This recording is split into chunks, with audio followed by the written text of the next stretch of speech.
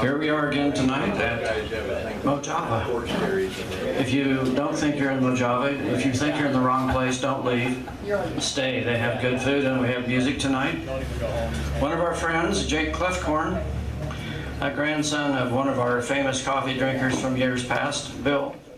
Jake is here tonight to give us a little tune-up and a little intro to some of his newer songs and his songs and a few of other people's. So, Jake Kloefkorn.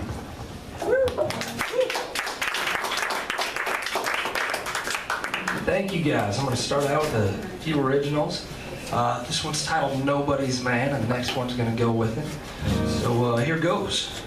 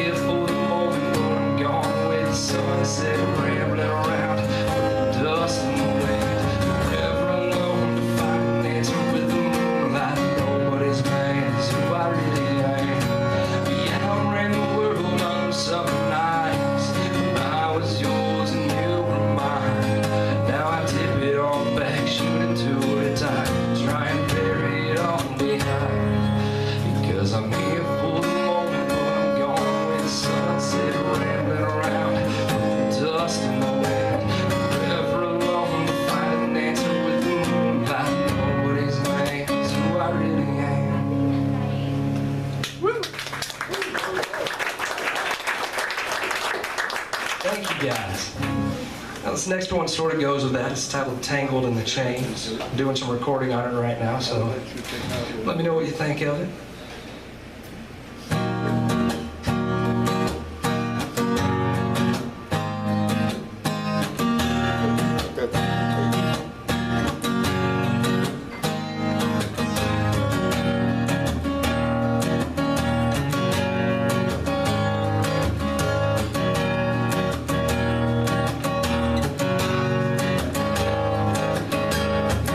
Things tangled in the chain, crossing from the left hand side.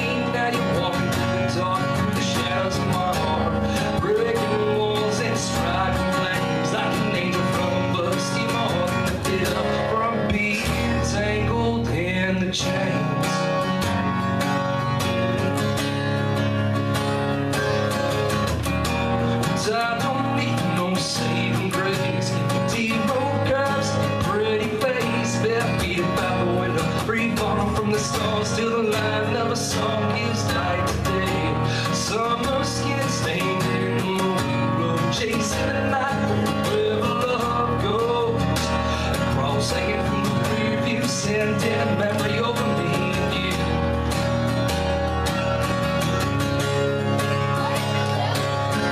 I'm nobody's man, but I'm living for a dream.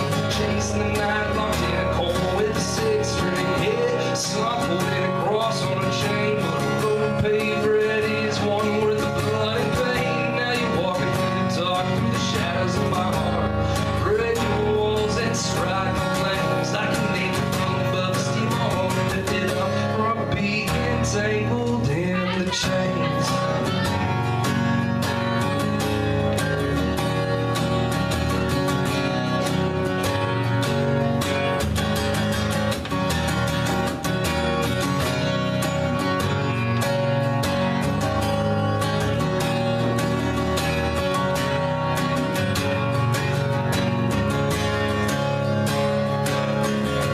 Nobody's man, but I'm living for a dream. Chasing the night, locked in a coma with a six-string. Yeah, sun holding a cross on a chain, but a road paved red is one worth of blood and pain. Now you're walking through the dark, through the shadows of my heart, breaking walls and striking flames like an angel from above. Steam my heart lifted up from being entangled in the chains.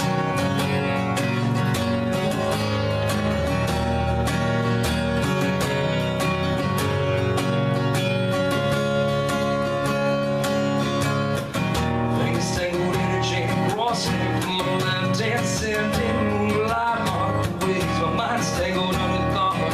One night, two hearts bumping through the dark. And I don't need no saving grace, just keep me tangled from the chains. There's that one. Thank you guys. The next one's a brand new one. I actually wrote it just a few weeks ago. I haven't ever played it live before, but I figured since I'm with a bunch of writers and readers, you guys might be able to give me some input on it. For anything that changed, switch up. I don't know, I'm always looking for advice. But I recently moved out to Alva, Nebraska. So when I get bored, I just cruise around every once in a while, and this one's just sort of about that area. I put a lot of stuff from that area into this song.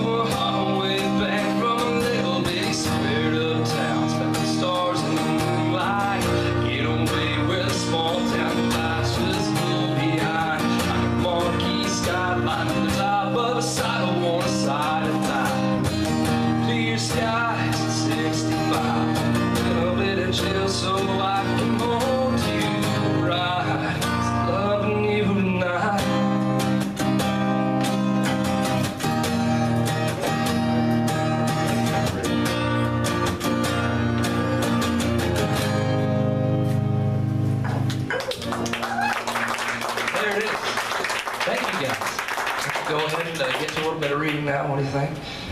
Sounds good. Yeah? Strong chorus, shorten the verses. Will do. Might break one up and put it into a bridge or something. And slow like the chorus, that was good. Like that? Like the tempo changes? Yeah. Cool. Cool. That's good input. Thank you. All right. What do you think we get to some reading here? And about 4. Yeah, one more song. One more song? All right. Cool, One more cool. song. Good stuff. Let's see here.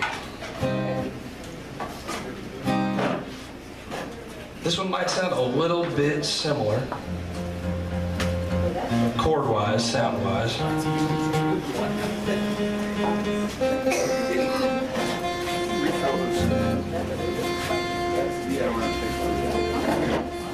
One refill.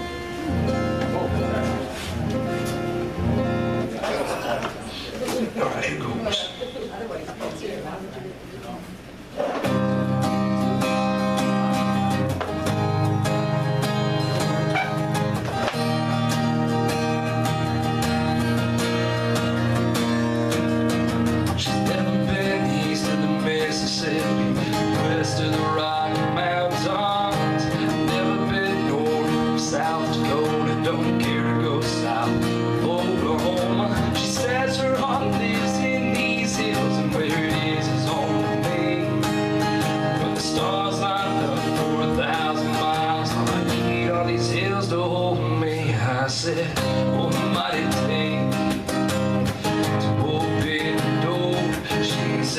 Sunset over open plains, rolling on 10 miles or more. When I see that in your eyes, love will be ours to forge. I won't need nothing else, just years ahead to live for. Sunrise on endless pasture, sunset on an open range, sunny skies and open winds, don't need no rock. I don't dream about how to last first kiss, leave the pouring rain. Only best friends, family ties, in these hills that hold me.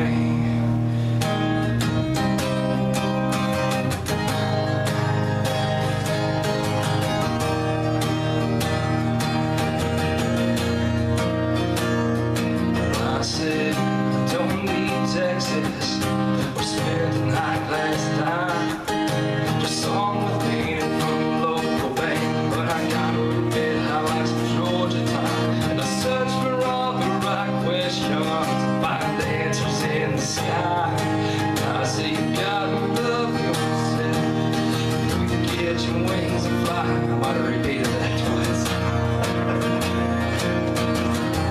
Sunrise on endless pasture, sunset on an open range, sunny skies and open wings, don't need no rock, don't need no ring.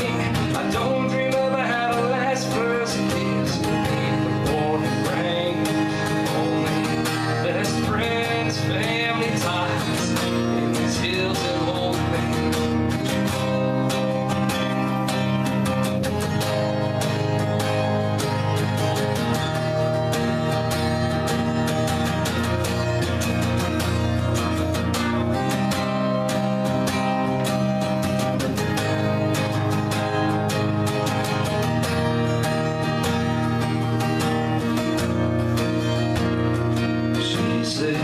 What might it take to make you mine? I said crazy ain't just a thing, there's gotta be a little bit in every side. When I look in your eyes, say sunny skies for miles, love will be ours to forge, endless in the road of time. Sunrise on endless pasture, sunset on an open range, sunny skies and open wings, don't need no rock, don't need no ring. I don't dream about how to last first kiss, need the pouring rain. Only best friends, family ties,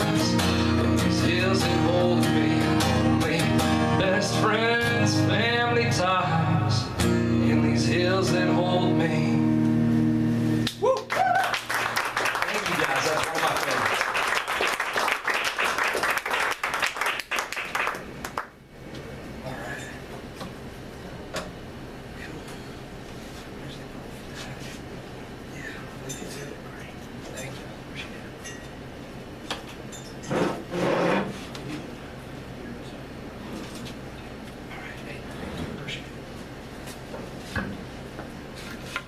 Let's have another hand for another Kloefkorn, Jake Kloefkorn.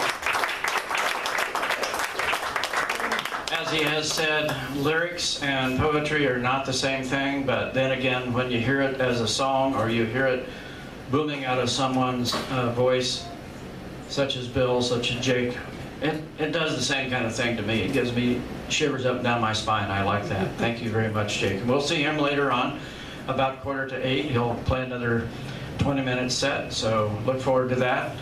I'm glad to hear tonight we have 3 poets, some of whom you've heard, some of that you haven't heard. I'll get that word out. I can't say the word not. Poetry is kind of an interesting thing. You come across people that you've never run into before, but then again, the Lincoln poetry community is diverse. I've been down a lot in the last 6 months to Crescent Moon Coffee on Monday nights and sometimes Thursday nights and Friday nights, as well as out here, of course. And one of my friends that I met down there very recently is a guy that's kind of multi-talented. He's involved in video work and production work, songwriting, and some singing, along with some other graphics productions. He works for some nonprofit organizations down, I guess you would say the Beatrice area would be in Adams, Nebraska. He's a friend of mine. He's in our guys writers workshop that meets monthly now, and I'm really enjoying his stuff.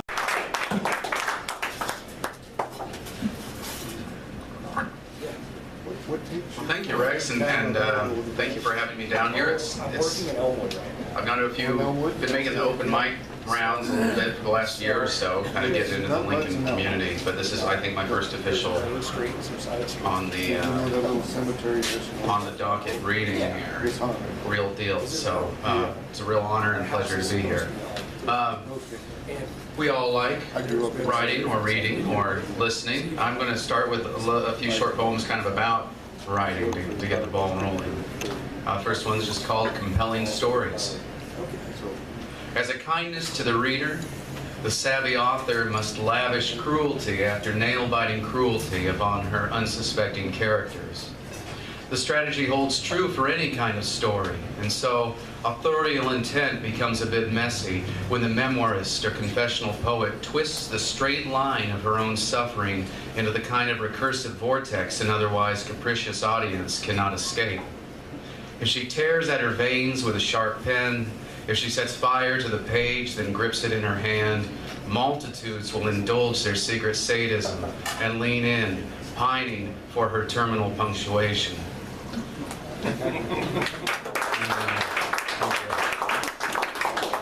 Here's one about the kind of tone that I find myself writing it again and again as I try to avoid being, I don't know, angsty or maudlin, which are both like very natural feeling to me. So as I get away from that, we come up with this instead. This is just called A Species of Eloquence. We are eloquent in certain measures, in certain kingdoms and kinds: understatement, self-deprecation, dismissal, dry skepticism. Languages each with its own lexicon and syntax, and maybe we cannot wax rapture or cordiality or more sincere sensibilities, but at least we've trained our tongues for something.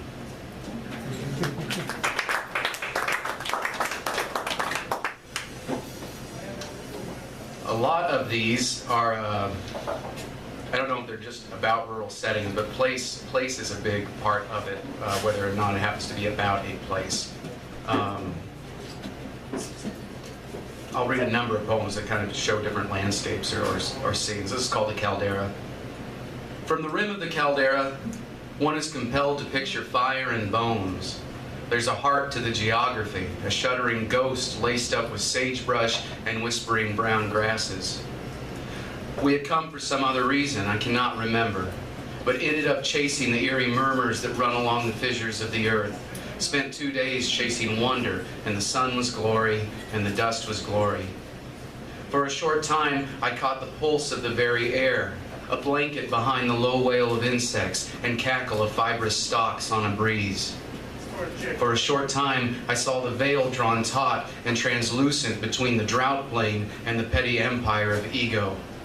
For a short time, I was all fire and bones.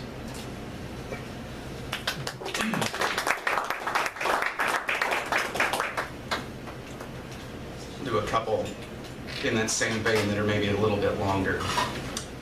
This is called the Sugar Maples. On the cusp of another inevitable transition, the disillusion of the familiar, the hungry glint of the alien, we watch the first snow fill up the twilight between the sugar maples. It falls in fat wisps, falls without hurry, with slow certainty, from the low-hung clouds grown red-gray off the reflections of distant cities. We watch it fall until the grove is illuminated, the evening bark of the sugar maples brought back into relief amidst an eerie, surrogate gloaming. The fat snow falls and it covers the old months, the dog grave, the well stones hiding cigarettes, the naked foot-packed creek bank, and the naked sugar maples. We watch its slow conquest of the distant hills, the sparse rooftops, everything you could possibly know in a year, and already catch the hint of a raw sweetness in the back of our mouths.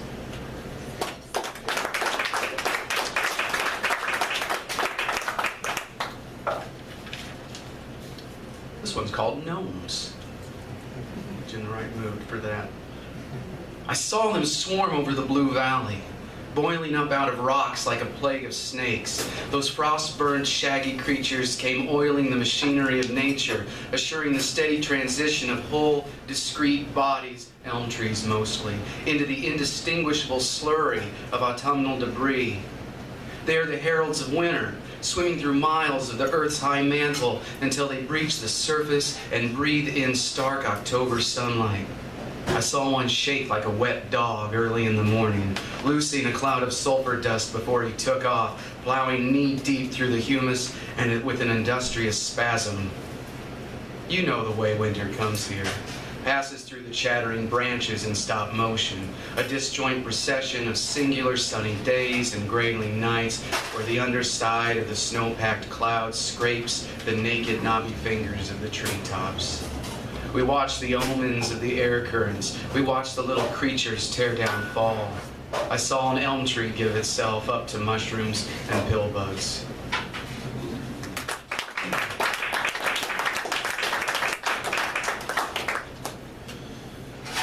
I live in a rural setting and make a very engaging rural commute 5 times a week, where I'm on this long stretch of road that the closest thing to a traffic jam might be a tractor with 8 different cars backed up behind it.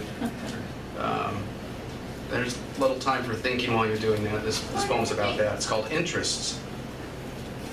One explores new interests on the rural commute. Maybe this week you're a budding ornithologist studying a V of geese overhead. Or perhaps you subscribe to the deer carcass. Tune in each day to see the next stage of its gradual pulverization until a week passes and the program winds down to a wide smattering of blood across the East Lane.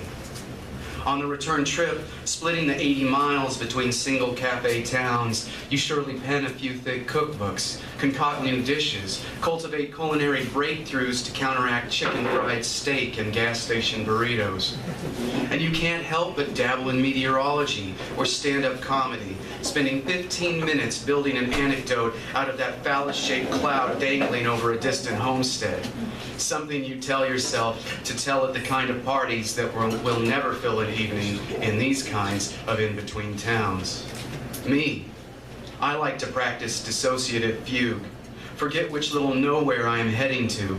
Forget the name of the man pushing down the accelerator with rote force of foot. Feign some small surprise when the same unincorporated towns come blinking by again at 63 miles an hour. And again, on the other side of the day, I pull into the gravel driveway, remove the key, listen to the engine knock, stare at the dusty cottage becoming strange, then to the almost stranger's eyes floating in the rearview mirror.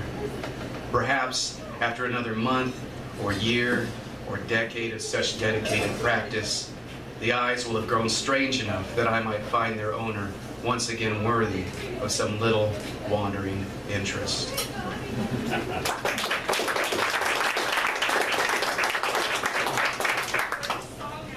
We got a few more of those, but I think I'll jump to something a little different. Some of these are a little more surreal, and I think it's more fun not to explain them at all. So, good luck. This is called Toothache. What cult mystery lies under swollen pink tissue, royals veiled behind lush curtains of purple agony? The taproot of raw sensation brings with it a branching family of in-kind roots, some fibrous and brittle, wrapping around rounded molars, some stringy, bristling, and pliable. However they come to the vulnerable chamber of the mouth, whichever form they hold, they are inclined to twine until a threaded burrow of suffering is formed underneath the gum line, radiating toward the tonsils. From this sacred grove grows the oracle. She will make a Delphic temple of a man's rotting mouth. She will enlist artisans to carve Attican etchings across his dental enamel and place the shrine to high Apollo between the undulations of his uvula. No wonder, then, that the future jitters forth on the bitter gasps escaping the afflicted. We would, each of us, do well to make the painful effort to ever try to decipher and divine the prophecies riding on his halitosis. Great omens live in long suffering. The truth is vesseled inside toothaches.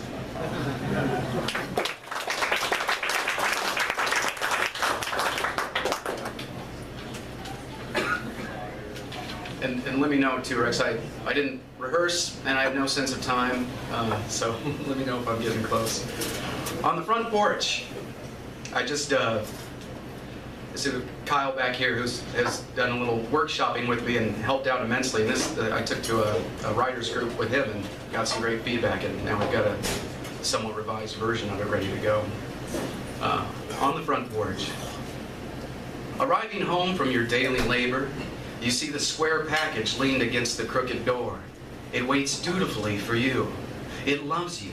And there's no reason to bother with a dog or another human being who inevitably makes the kind of messes you cannot simply crumple up like packing paper and stuff into the garbage can. Opening a package is always Christmas. You get to make yourself Santa Claus, the always beloved purveyor of commercial karma. You get to make yourself the beloved child. Supernatural agents will see that there is plenty. It is not yet your job to reconcile all the wanting and the absence in the world. Cut the tape, pull out the peanuts. It won't matter that you bought this gift to give yourself. It will not matter if you once knew what it was. Now you are the beloved child. Now you are opening up. Now you are surprised at all the love hidden inside the cardboard and thank you, Santa Claus, pouring out into your lap. Now you have blue jeans or the vinyl re-release or the latest smart appliance. Now you have obscure Norwegian licorice or an elephant-shaped stand to hold your phone while you use it to arrange the next delivery of front porch packages. They all love you, and best of all, they are all so material that you can set your clock by their degradation and impending obsolescence. Each is a Christmas clock. Each is an hourglass of love. And what is better than to watch the rate at which the love runs out? You can count on the last bite of licorice and the fading of the blue jeans. You can count the number of days you must devote to daily labor that you may pay for the next surprise package, and the next, stuffed with love, waiting dutifully on the front porch.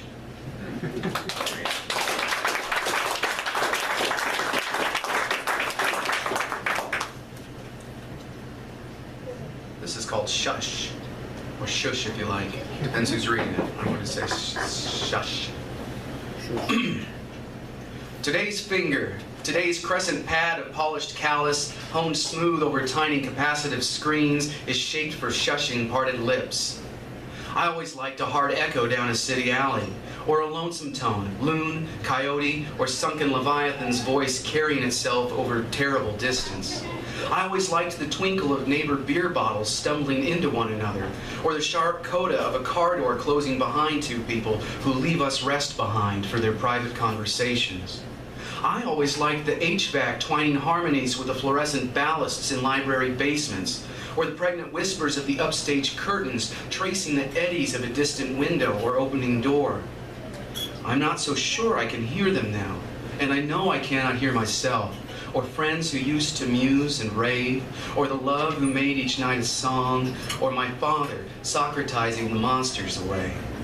At the merest remembering of their timbres, in marches the muting finger.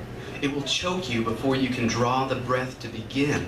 It will dig into your larynx as you gasp and try to scream. It will hide this violence behind the flickering veils that it weaves, and looks to all the would-be listeners as if all your words were lost to a gentle shush, that you conceded the whole world to a quiet finger at your lips.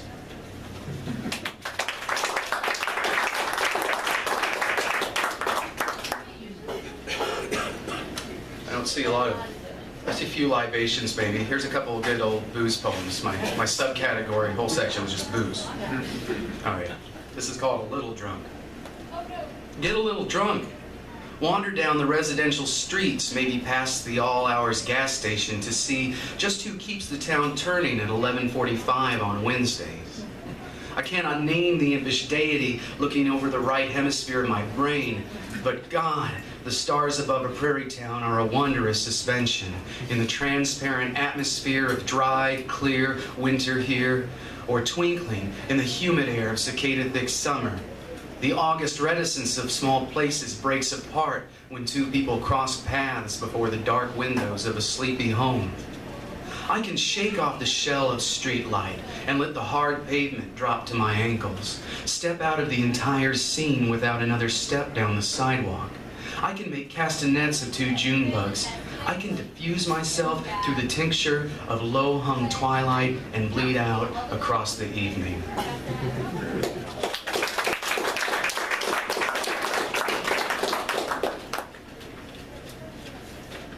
This is a poem I tried to build out of dialogue, which is a lot of fun. I don't know why I haven't tried it since, but maybe more upcoming soon. This is called Language Learning. Somewhere between the interdental fricatives and the next batch of irregular verbs, the kid points to my lip and says, "On your face, what is this?" "This is a scar," I say. "Scar, yes." He nods the way you only nod when you know a thing all the way to its edges. "It hurts," he says. I do not ask about the ashen streak across his neck and upper jawline. "Once upon a time it did," I say. "How?" he says. "A dog," I say. And again he gravely bobs his head. "A dog, yes." "Listen," I say. "The dog bit me." Say the sentence. "The dog bites me," he says. "Listen," I say. "The dog bites me." "The dog bites me." "The dog bit me." "The dog bit me." "The dog bit me." "The dog bites me," he says. "Yes," I say. "Then the dog bit me. Now I have a scar." "Now you are a scar," he says. "That's true," I say. "Do you remember false and true?" Of course he does. He already knows it all the way to its edges, knows that some sharp moments happen and they never stop happening. He is 9 years old and his tongue already knows this is true. The dog bites me. I am a scar.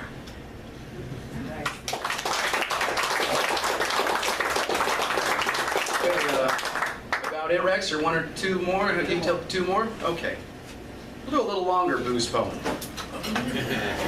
This is called, maybe this shouldn't be called a booze poem, I'm not sure. The Colors of Sand. And the writing group that Rex had mentioned, they gave me some great feedback on kind of working with this. So it's come a little ways in the last few months, or month. On the second morning of the trip, the shakes hit him pretty bad. The highway ran straight for 200 miles, but I passed him the map, thought he might need to grip something tangible and pliable with those palsied hands.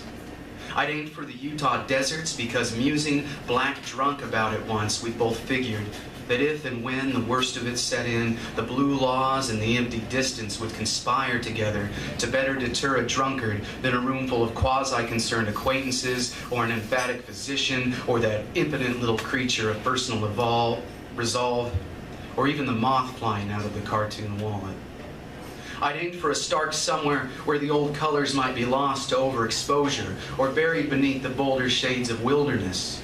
Let the jaundiced folds hung loose below his cheeks and jaw slip beneath the yellow sand.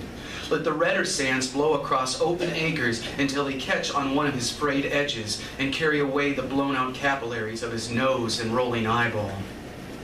These colors coursed through all his vessels and flooded the vacuum of his guts. He left green-black bile stains with the rest of the tar on the shoulders of state highways. He gave this ugliness back to that asphalt line dividing humane infrastructures and the terror of nature until there was nothing left but the dry heaves and some desiccated lime peels rattling across the sun-blanched dash of the Honda. And he let the other kind of blackness out on his breath. He mumbled, trembled, then screamed back through the wailing wind tunnel that stretched between the rattling windows. We came into the world of white sands, and he squeezed the blackness out of his lungs until he could only cough, and coughed until I could not tell the sweat from the tears. And the sun ascended to its noontime apex in the white sand desert, and I saw that all the tears and the sweat became themselves flecks of white sand on his blood-colored face. He could not see this in the dusty rearview mirror, and he could not keep down water. His goose flesh bristled, he clenched his eyes, and the fragile mass of his body shivered through all the rest of those hotter hours. On the third morning of the trip, I found him leaned against a striated slab of ancient rock, grim and pallid, and watching the sun make a wild prism of the bleached earth. "You made it?" I asked him. He did not affirm it. "It's beautiful," I said. "I'm not sure," he said. "It hurts to see it."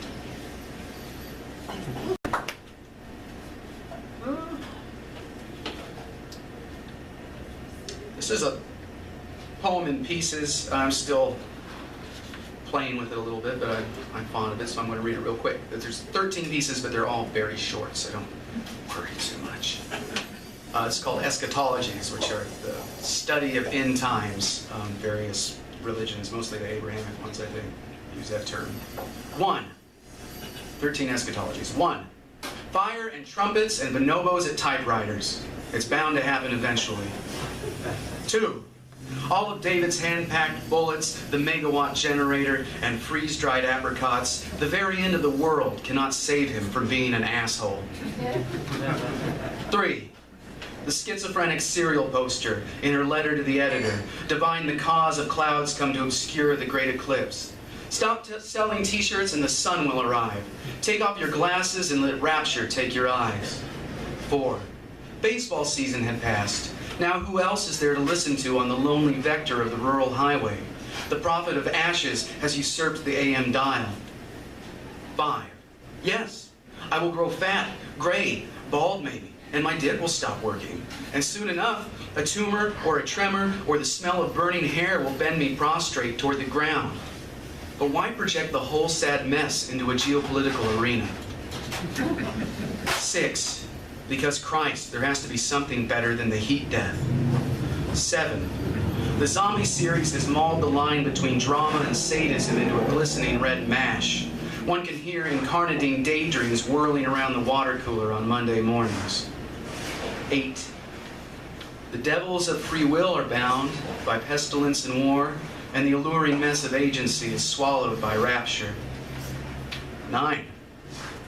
I wonder if this metaphor is lost on the legions of conspiracy theorists and strip mall revivalist preachers. 10. Is every generation a type of stark transition? Mama said and Daddy said, and here I am at my own Rockwell precipice, waxing nostalgic and ready enough to die. 11. The narrative theorists and cognitive scientists have proven the better part of it. The human synapses and endocrine system rely on 3-act structure, and Aristotle, after all, said we always need an end. 12. Sarah's dog died, and there's a new president, and her daughter is failing 7th grade math. She reads the tarot and charts the flight paths of solitary crows. 13. Because who isn't guilty at the end of the day? I long since swallowed the last capsule of residual love, and that love was the only other antidote for shame. Thank you very much. It's been a real pleasure.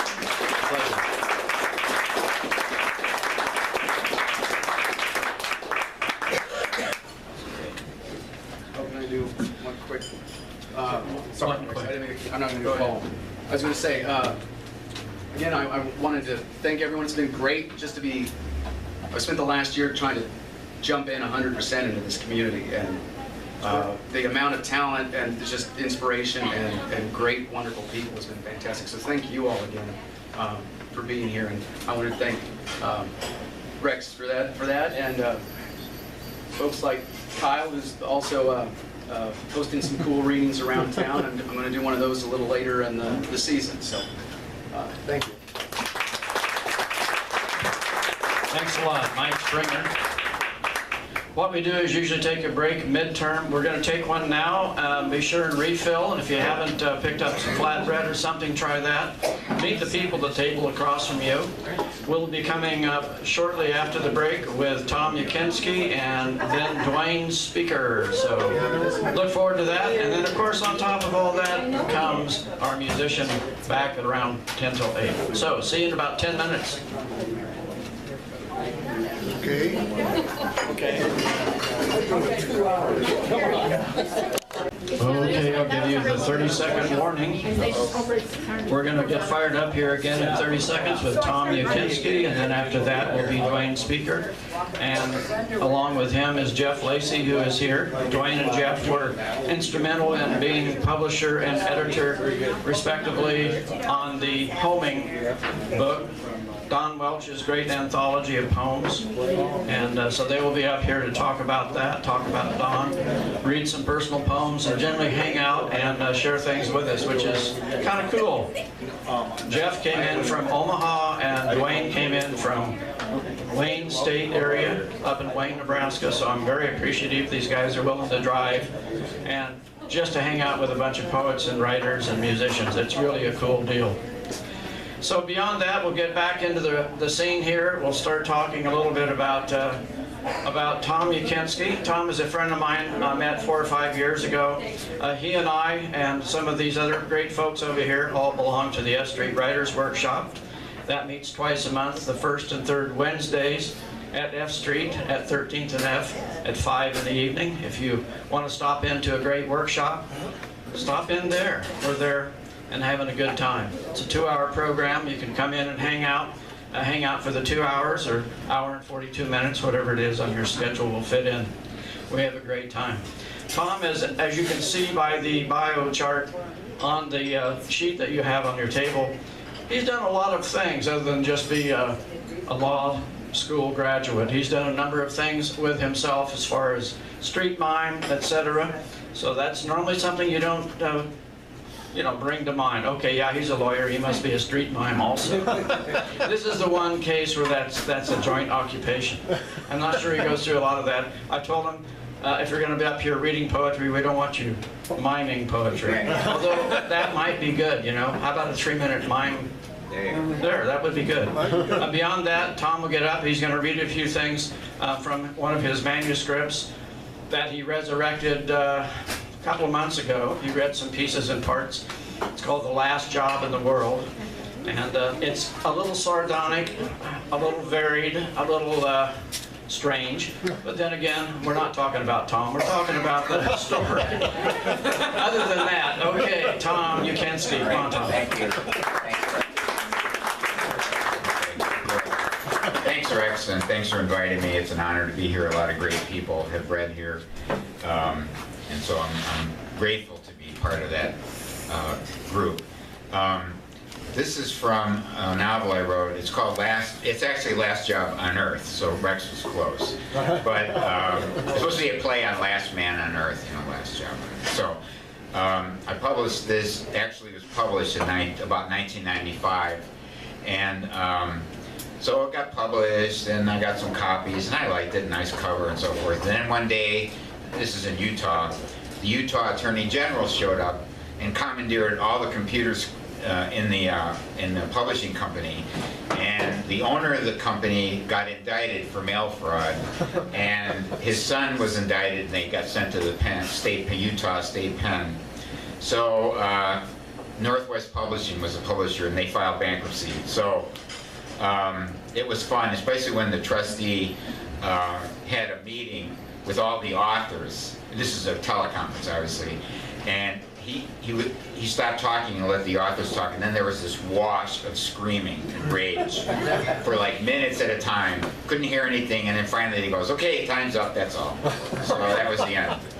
So, so it was interesting. Anyway, so I'm going to read just parts of the first chapter. This is set in the future. It's a few years in the future. And what's happened is there's been an agreement for world peace. The countries of the world have agreed to stop war. And as a result of it, there's been a huge economic catastrophe because the defense budget falls apart, and then everything else does. And so there's mass bankruptcies, credit card companies going out of business, the federal government's barely surviving, and so forth.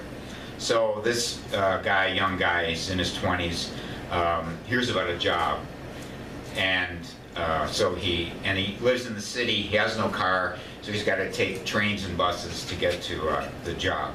So then that's basically, we follow his progress. The void was cool at 3 a.m. The sidewalk luminantly edged the dark. Cyrus Remus moved like a baby in a snowsuit, but the wind encouraged with sudden icy rasping like cheers. Almost now he could drop into an alternate universe of chill and dark and oblivion, until he fretted or remembered. Should he have worn a heavier coat? He wore work boots, blue jeans, blue flannel shirt, and a red high school jacket displaying Rorschach patterns since he'd washed it in bleach with the whites at the laundromat. But it matched his red-dyed underwear. Nah, get warmer. Would Lilith be sick again today? She was only sleepy when he kissed her goodbye, steeped in sleep's warm autism.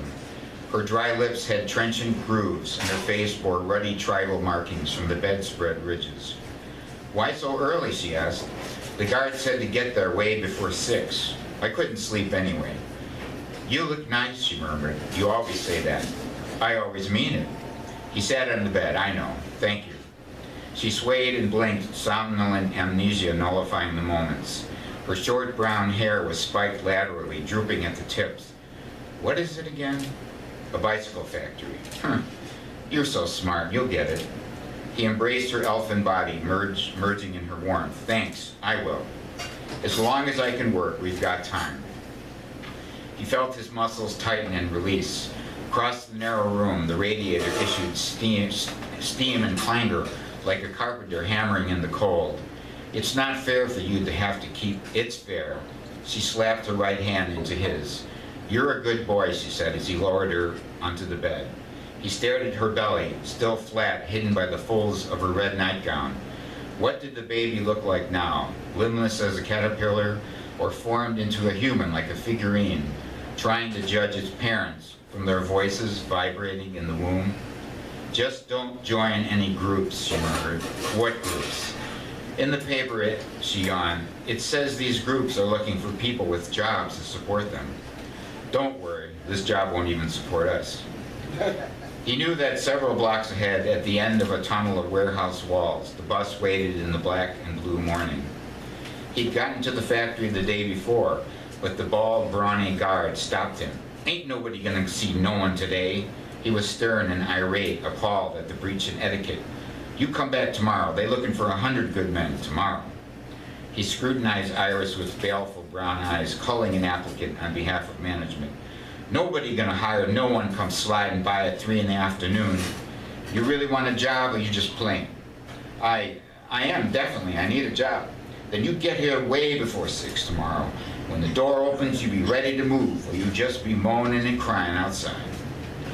On both sides were declivities in which silver shacks of treaters, the indigent, were clustered. They had retained the triangular, rectangular shapes of the past, but the roofs were made of crystalline silicone alloy solar cells, and each shack was fronted by a satellite dish on a pole.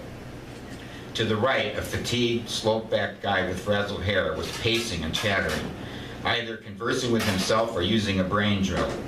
Most people still relied on handheld output devices like pulpets, p-phones, or favorite cuffs like ukidokis, which were strapped to their wrists.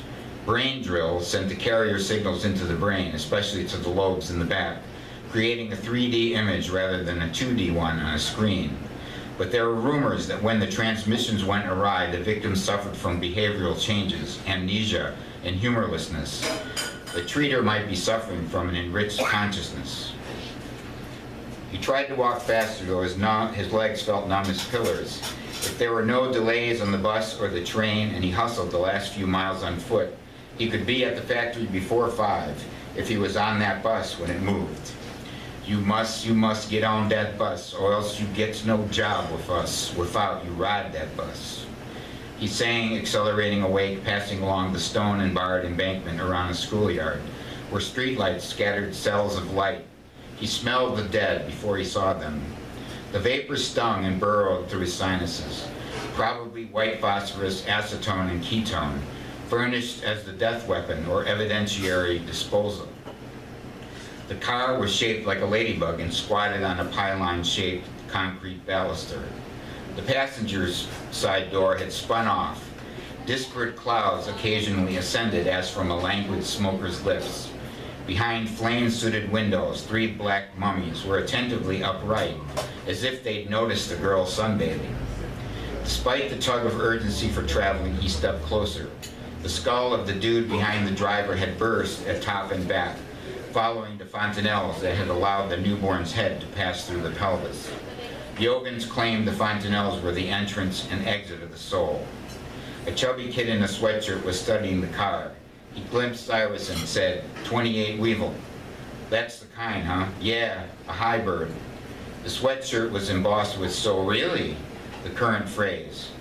He had round eyes and gapped teeth. "It's not safe for you to be outside." "Nah, the terror boys won't be around now." With his right forefinger, he wiped under his nose with a sawing motion.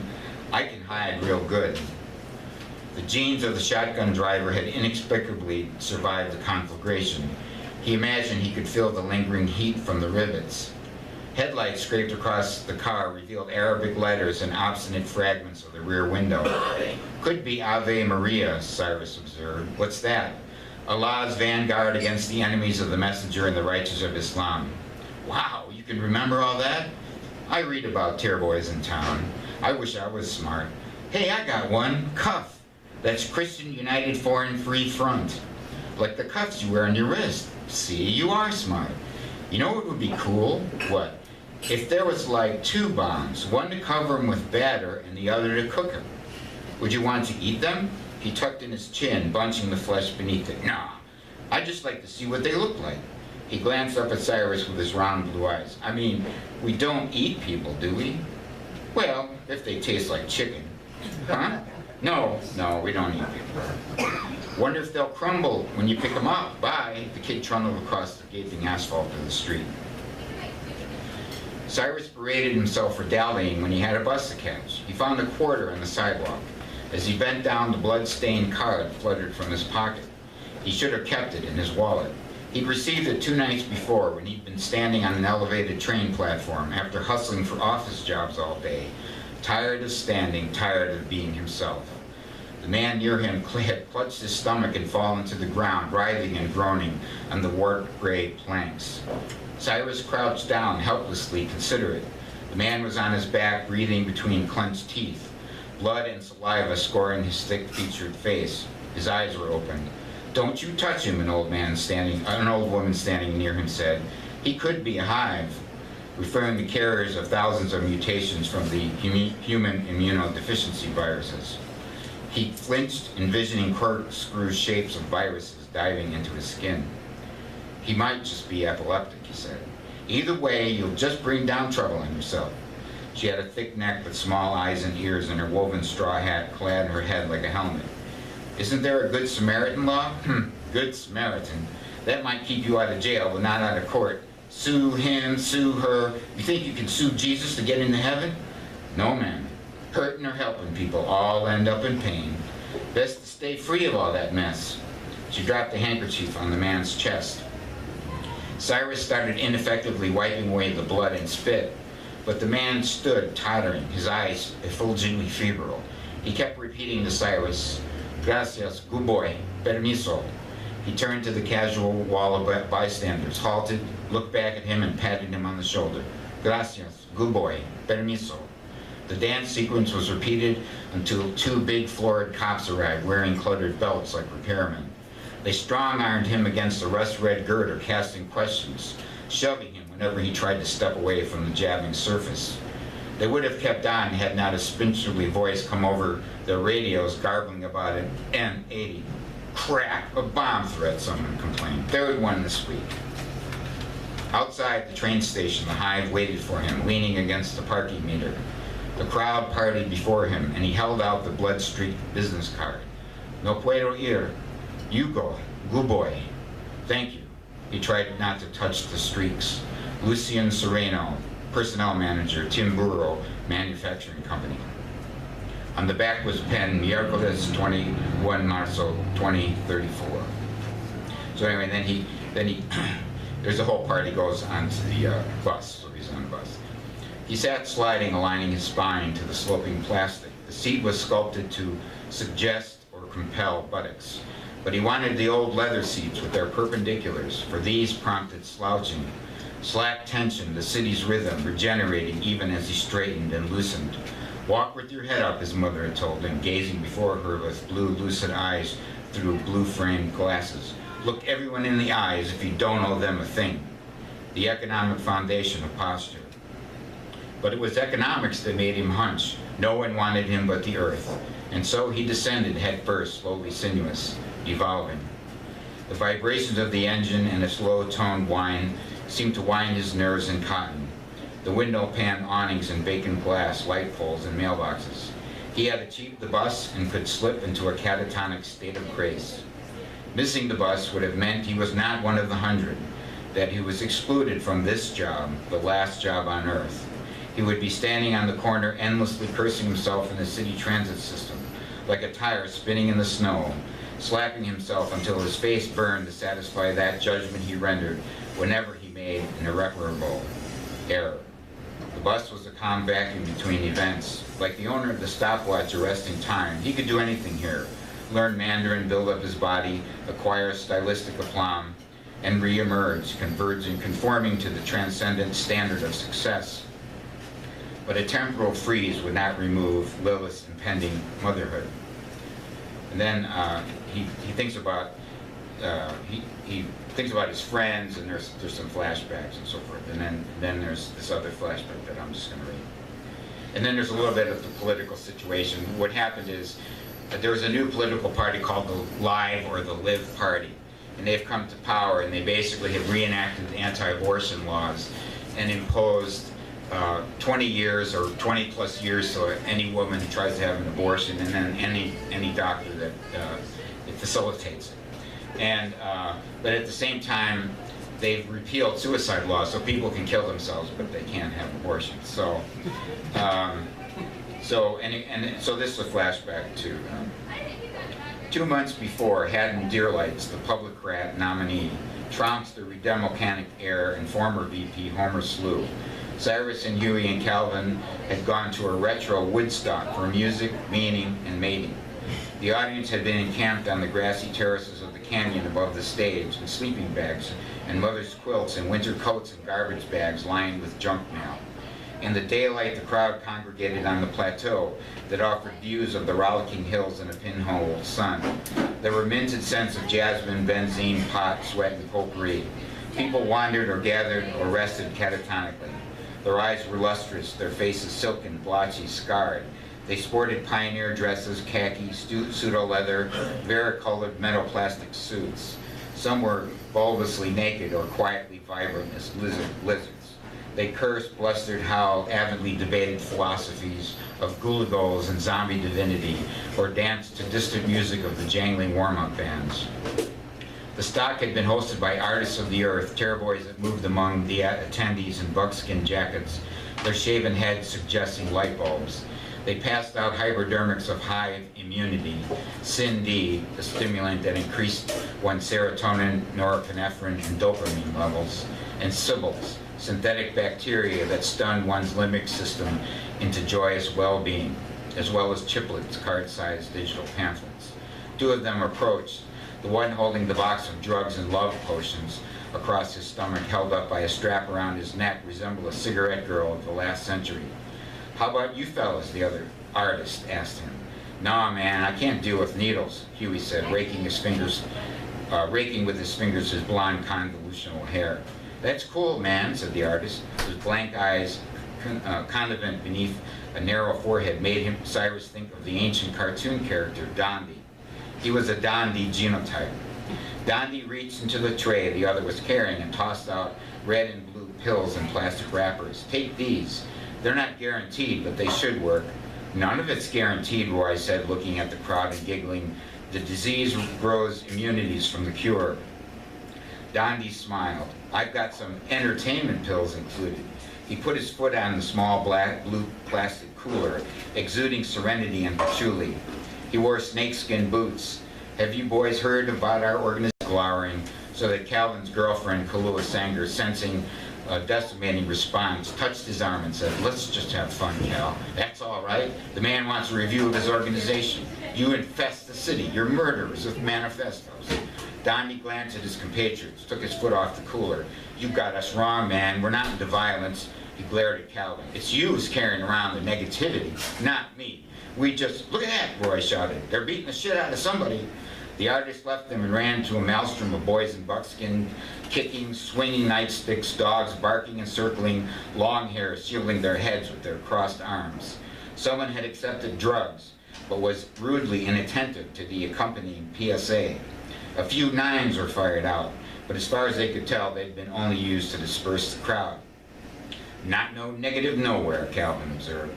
As the crowds disparted, the nearly I'll skip all that part. Okay. Between acts, the crowd followed the leonine-headed, shirtless dude in cut-off fatigues and called himself Jack the Baptist.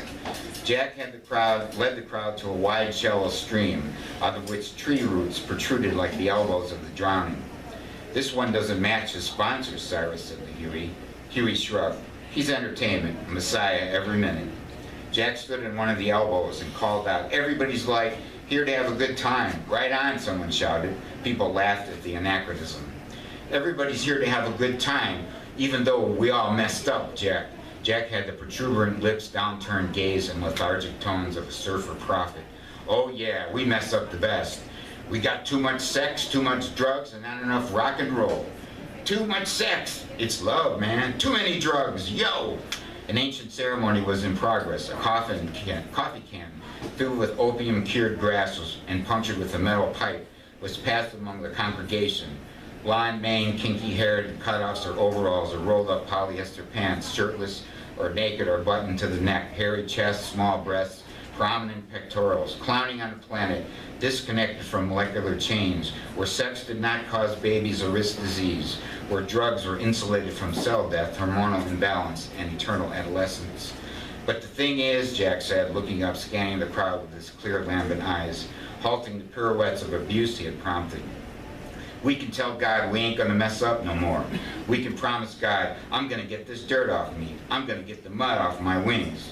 The crowd's jubilance had resolved into coughs and murmurs, whispers and hand-muffled sighs. "I want you all to tell God what you did wrong. Don't tell nobody else. He's the only one that needs to hear it. Ask him to forgive you and he'll do it, man. He can forgive anybody. If he was only a judge, he would have made a place where people burn forever. But he didn't. He loves us, man.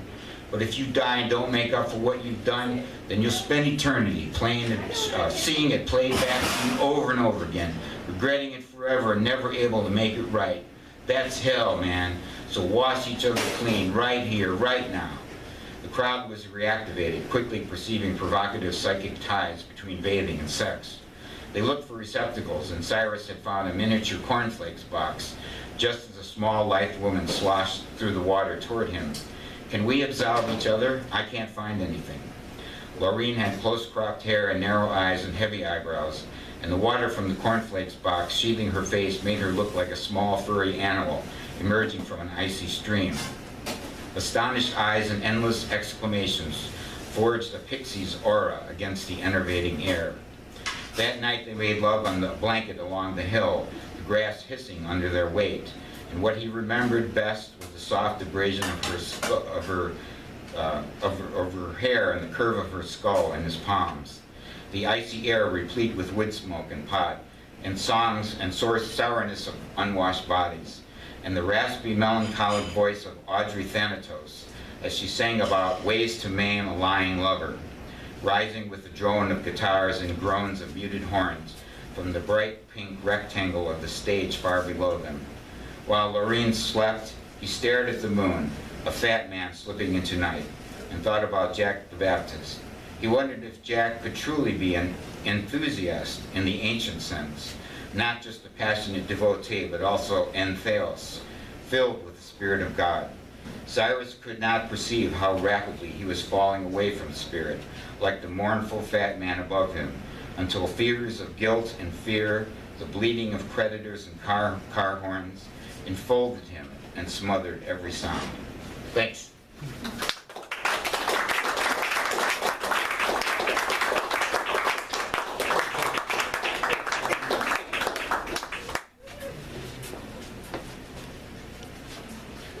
Let's have another hand for Tom Ukinski.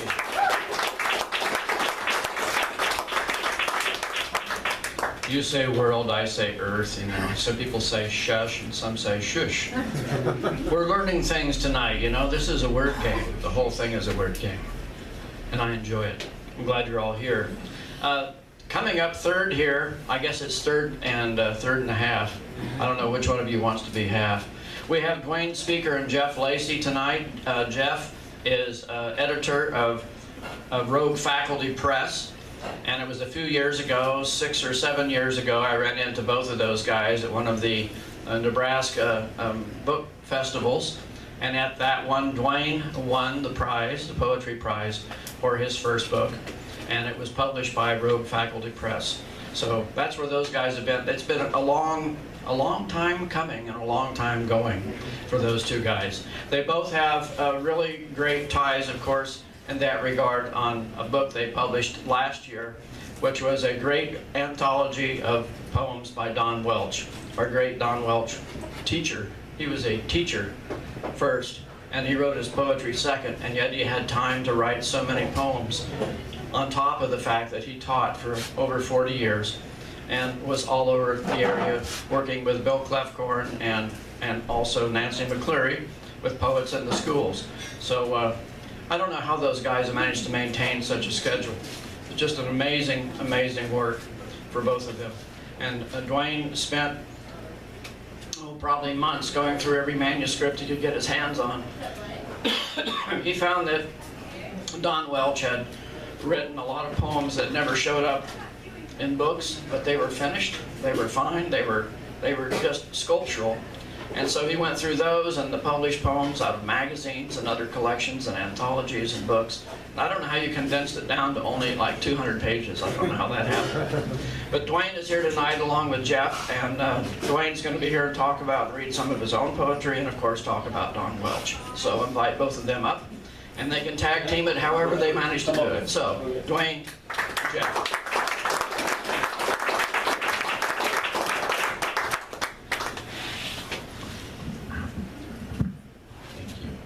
Hi everybody, I'm Jeff Lacey. I have a full-time job as a high school English teacher at Ralston High School. Let me tell you a little bit about that. I was cleaning out, the weather's changed. I was doing some spring classroom cleaning and I found some things from November. In November we have a thing we call thankful turkeys.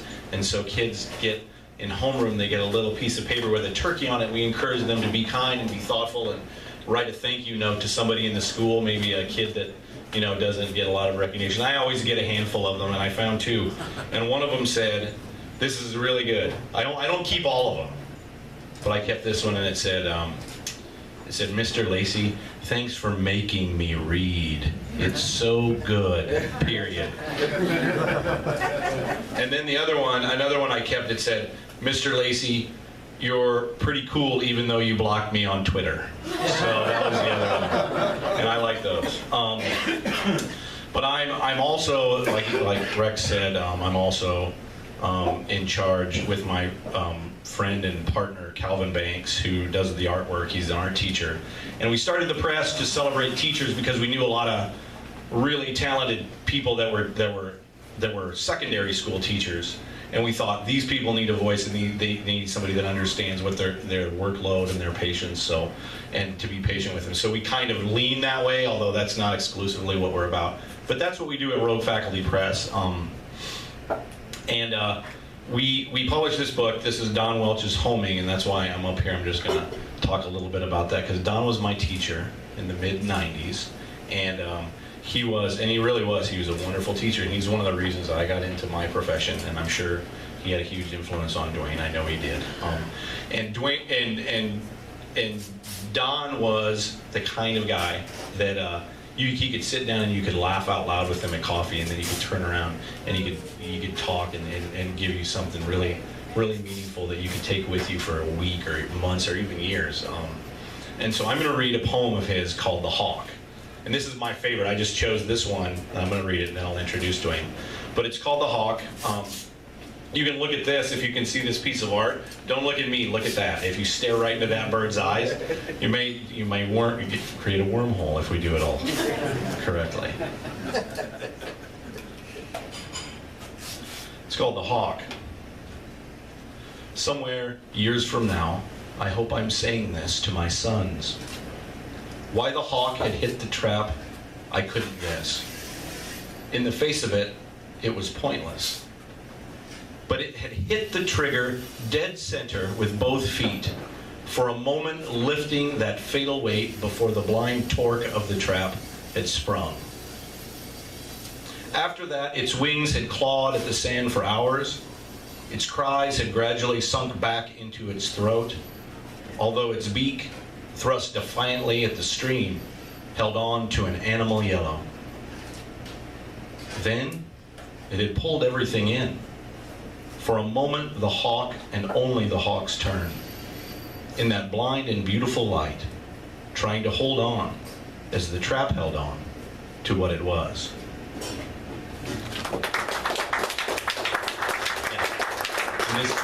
I like that poem, and this book's full of those. I'm going to introduce Dwaine Spieker. He's my friend. He's a teacher. He's a wonderful poet. And all the books, shameless plug, you can buy all these things on Amazon or at roguefacultypress.org. You can't buy them there, but you can get links there and check us out. And his book, Garden of Stars, we didn't do that one. You can get that online. Is that still online? And also as well as The Way Magellan Must Have Felt. So you can get those things. But I'd like to introduce my friend Dwaine Spieker.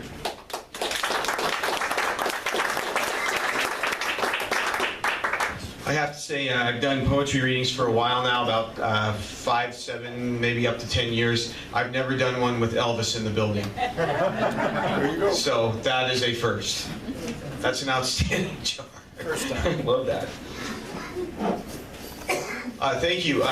Thank you for that nice introduction, Jeff. Jeff has agreed to publish what will become my third book, which still has the working title, Broken Play.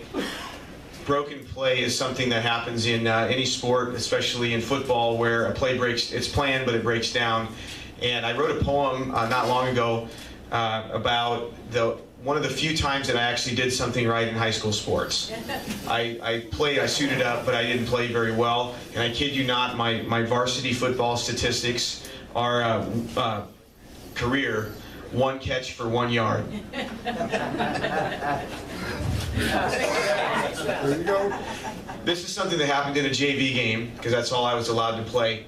And it sets up the theme of the book, I think, pretty well. This is called Wide Receiver Broken Play. Our quarterback scrambling right and my own passing route broken. I doubled back, found open ground, and waved my arms. Off balance, he lobbed a wobbly pass my direction, and I leapt to catch it two-handed high over my helmet. First down. I thought of that play this morning, now that my chronic back problems have subsided again. Briefly, for now, I've shaken off the cornerback of middle age and stand wide open. The wobbly pass of a pain-free day lobbed my direction. First down.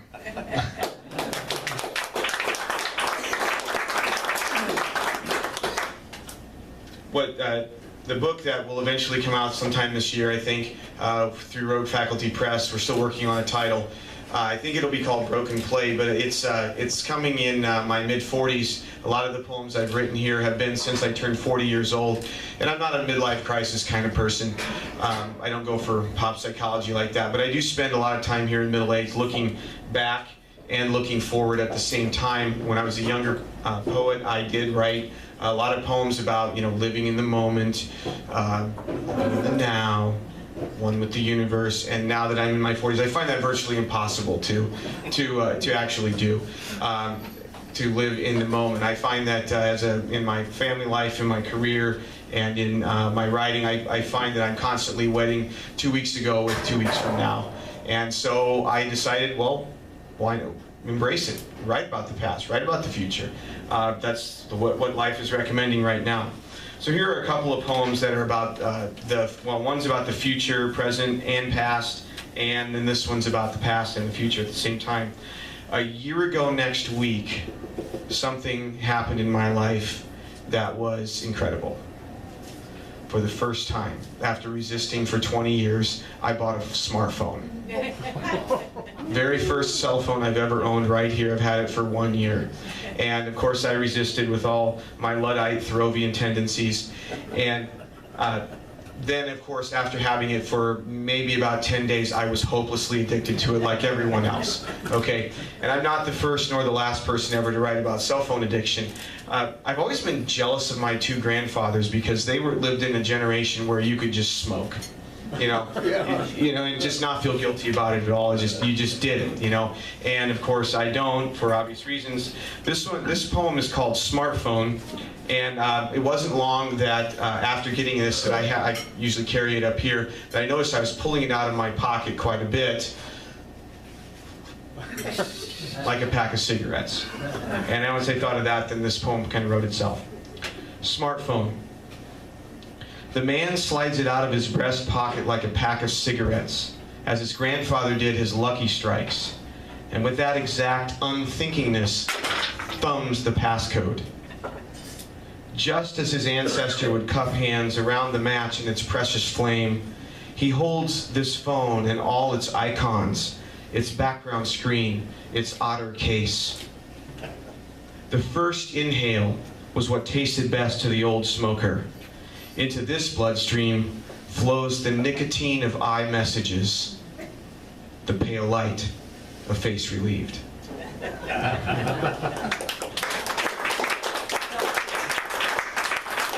My one grandfather smoked Lucky Strike unfiltered and then fortunately gave it up about 10 years before I was born, or he admitted that he wouldn't have met me. My other grandfather rolled his own cigarettes. He was a rancher from Wheeler County. And I'd like to read this poem tonight because back in my classroom today, I'm teaching the Odyssey, and I love teaching the Odyssey. And so I don't do a lot of literary references in my poems because I don't think they're fair play.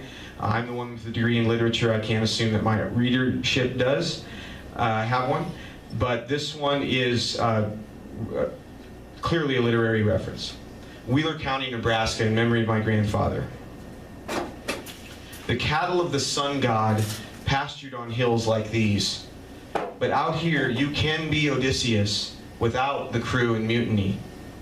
When your Ithaca and your great sea are one, when Helios and Poseidon and Aeolus are not your enemies, you can have the epic hero's scope without his suffering.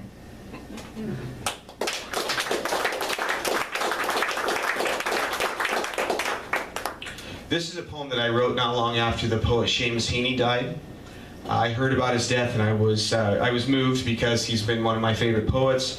My favorite work of his is the his translation of Beowulf, which I teach yearly in my classroom. And if you know anything about his introduction and how he wrote that translation, it was incredibly influential, the most influential essay I've ever had on me as a writer. This is a sonnet, but it's written in Anglo-Saxon meter, and it's a sonnet. It's a love poem to a pitchfork. And by rights, I should have In Memory of Seamus Heaney underneath this title. Pitchfork. It taught me early how much weight a forkful was, the right amount of rye straw or prairie hay to pitch forward or lift over without laziness or overstrain. Footing, poise, balance, shape. The right amount held eye level, hung to my waist, strangely buoyant. My right hand ran the handle, the clumsier left served as fulcrum and bore the load. It taught me early how good work felt, how cleaning up and clearing out approached perfection, how fork by fork I could heft tons.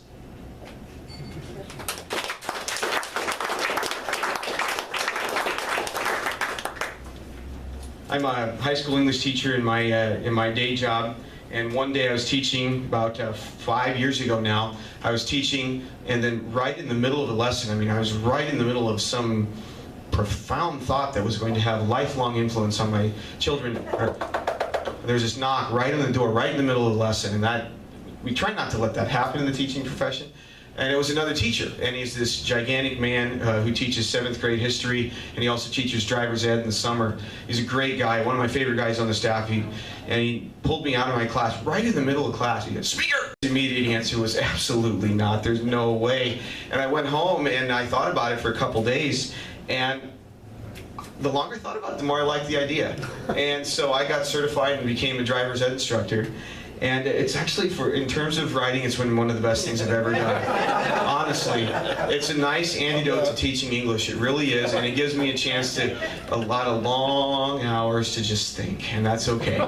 That's okay after a school year. One of my favorite routes to take with my students is the route on Highway 81 between Norfolk and Columbus. And in the middle of the summer morning or afternoon, it's just like the world of Mad Max. There is nobody out there. You can just drive unimpeded for a very long time without worrying about any other cars. Near Madison, Nebraska, there's a junkyard.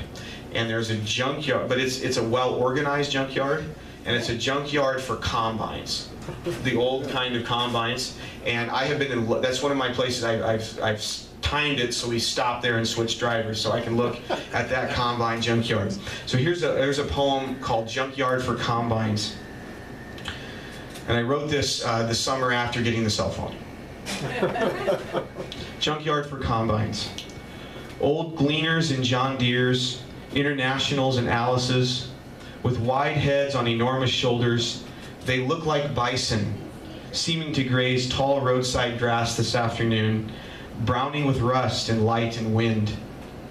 Somewhere overhead, a satellite passes like a minuscule sun, guiding the newer implements like manifest destiny. Yet in their prime, these harvesters were all range animals, rugged creatures, part of a species who did not need a signal stronger than their own strength to roam the hills, nor any data but their own ability to cover ground. These individuals, time may be past, they're roving over, but clearly the breed is integral to the environment, their kind vital to freedom's complex ecosystem. It must not be allowed to go extinct.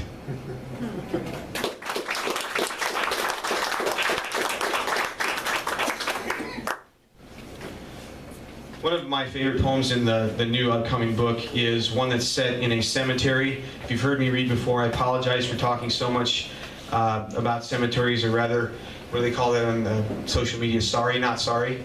I write a lot about cemeteries because I live right next to a cemetery, and I walk through a cemetery on the way to school every morning. So literally, half the poems I write are set in that cemetery. This one is set on an early summer afternoon. on the Feast of the Corpus Christi. Corpus Christi is Latin for the body of Christ, and it is a movable feast on the church calendar. It falls usually in late May or early June, depending on when Easter is.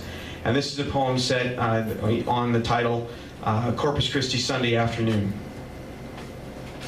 The slow shadow of a lone cloud tablecloths the local cemetery, and on its cotton the dead spread out their parish picnic, a movable feast. Baskets of bread, decanters of wine, block after block of good cheese. Adults laugh and dance to accordions as children play tag in the breeze. Then the cloud slips off to the east, taking all but the dead's hospitality. In sunlight again, you remember the scene, the way the dead smiled and were waving.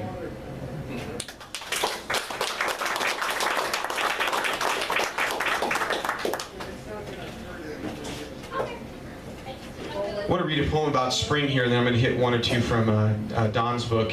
I hope spring is upon us. When I was going through North Bend today, went over the Platte River. No exaggeration, there were 10,000 geese out on the river today. We have not seen any geese up in Wayne, but if they're here, they're moving that direction, obviously, so I can't wait. This is a poem set in spring called Nest. This is a poem that is about how uncertain the future can be. Nest. A robin this spring has built her nest over our doorway. Oddly enough, she's hung it from a decorative nub atop the light fixture, looped there with one dry shaft of fountain grass. It's a well-woven home, shaded, prosperous, quite an accomplishment. But think if your home were suspended by a lone blade of grass, one strand holding everything you've worked for, not just this spring, but all your years. There it is, all you have woven, between a scorching porch light and a wobbly awning, dangling from a decorative nub, all your success.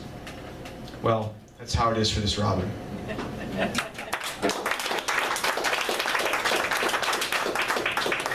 Now that I've read you some short pieces of writing, let me read you a few poems. Okay? Just a few poems here. I want to hear some more music. Okay?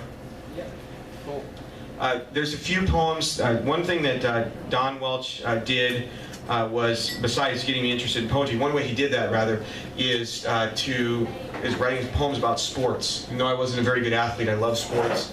And so I want to read three poems here that have to do with three poems that have to do with sports in the springtime. And I'll end with those. Here's one of the first poems that when I was an undergraduate I ever read and I connected with. This is about track. It's called Mile Relay, Fourth Leg. It's snowing. The wind is bringing millions of fragile runners to their marks. It's early spring, too early. My sweatshirt is tied around my neck by the arms. My sweatpants are hanging in front of my legs between me and the snow. As I dance there, waiting for the baton, in the distance, the third legs of the relay keep running. Then everything stops. It's 1950. I'm standing waiting for a kid whose name I forgot.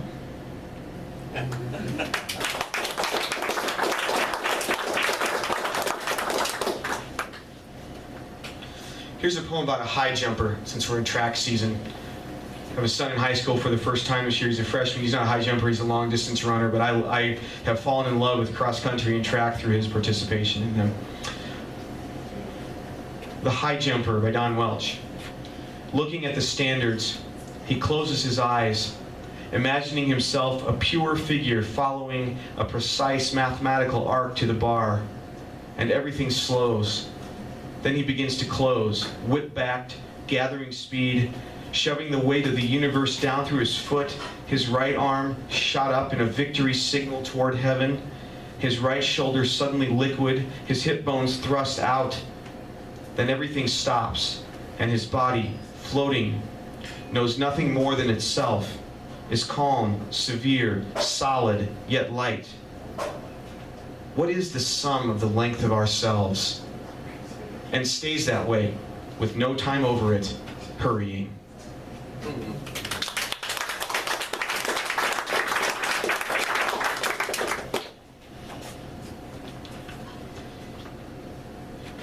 Is the Omaha paper in love with Scott Frost or what? My God, 6 days. In the Lincoln paper. Yeah, the link. Oh, 6 days worth of coverage just on that hire. I mean, I'm glad that we're back on track, but wow, that's something else. So, this is a poem not to Scott Frost, but to Bear Bryant, and this is a spring football poem, and one of my very favorite of Don Welch's. This is called "To Bear Bryant, Somewhere on That Taller Tower." In innocence, the lines of our palms are never longer. The blue of the sky that brings to us always out of our past. And the most important rivers run out of the smallest glands in our lives. So much for truths. This morning, the neighbor's laughter spraying over the fence makes each leaf shine, while his dog upside down is wriggling his back into the density of this world.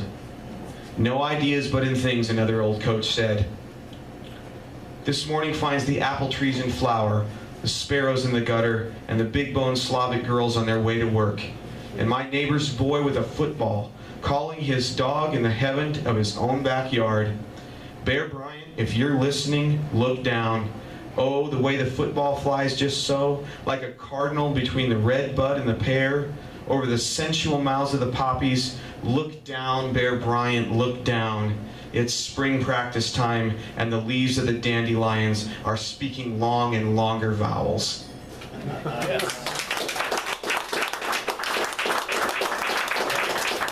Thank you for inviting me, Rex. I always appreciate coming here. Thank you all.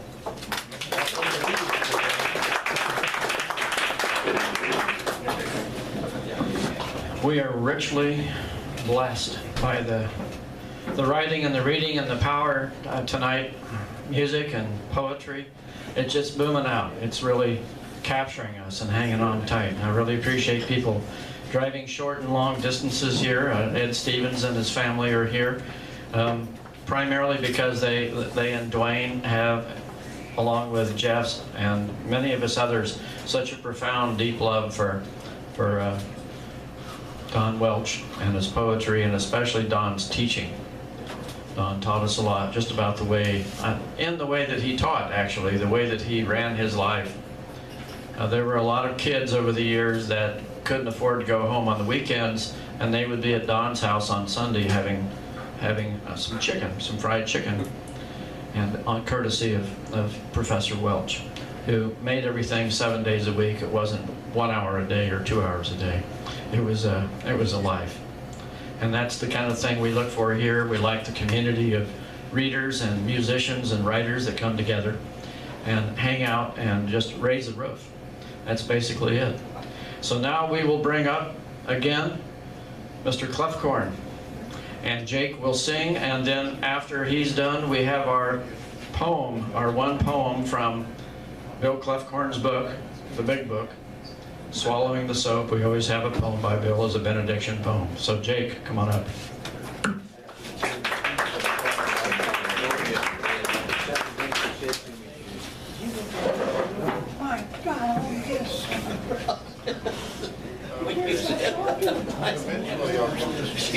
She was really steamed. She said, yes, they toasted. I had a problem. She thinks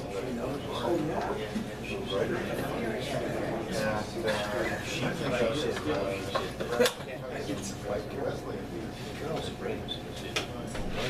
John, careful. Have fun. Yeah, thanks. She's funny that you mentioned correct. Yeah, and then when you said that, you guys have been talking. Marsha.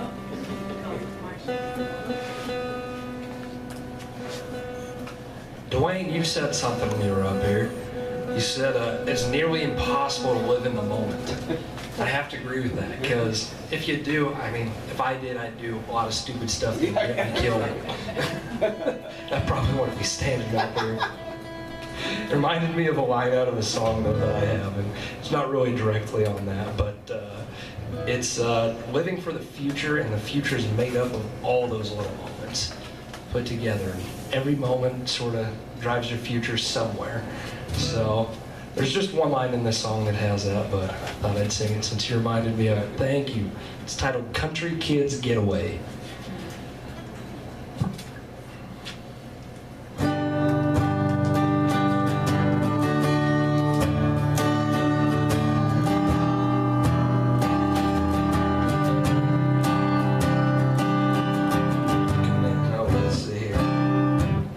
messed that up already.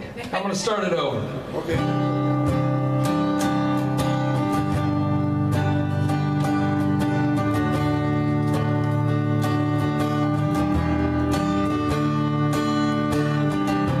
Chewing through the sweat of the glass, making more of our time before it's past. Looking more toward the future that's made in the moment. Riding with the lines only time can ride. We dance in the highest stage lights, living out loud to feel and ride. In the background, in the back row of a whiskey tipsy sunburned stampede. You say no, Brian spring break, but you get me high anyway. Took it out of park, put a hook in my heart and set the bar deep. This ain't no Sundance City, but you're looking postcard pretty. Yeah, and it's a sure thing when that sun sinks, you'll be right here with me. There ain't no sand on this beach, just pointing beneath that feet. Ain't no Luke Bryan spring break, just a country kid's getaway.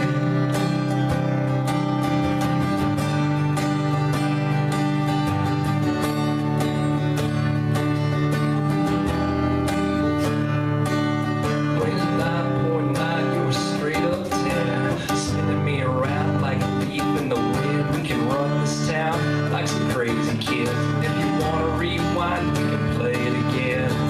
This ain't no Luke Bryan spring break, but you get me high anyway. You took it out of park, put a hook in my heart and set the bar deep. This ain't no Sundance City, but you're looking postcard pretty. Yeah, and it's a sure thing when that sun sinks, you'll be right here with me. There ain't no sand on this beach, just pointing clear beneath our feet. Ain't no Luke Bryan spring break, just a country kid's getaway.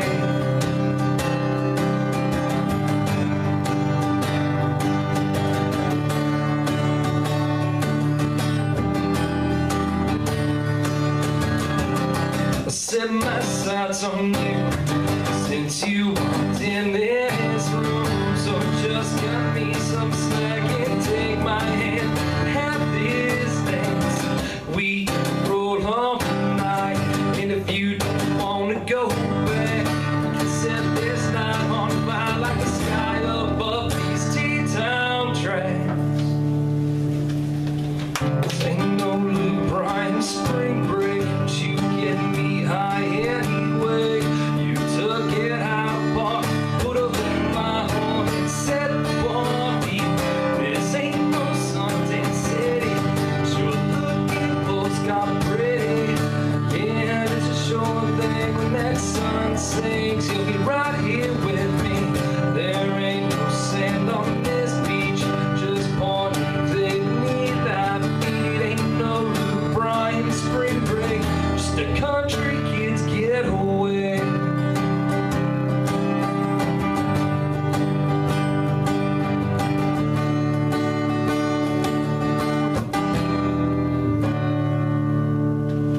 There it is.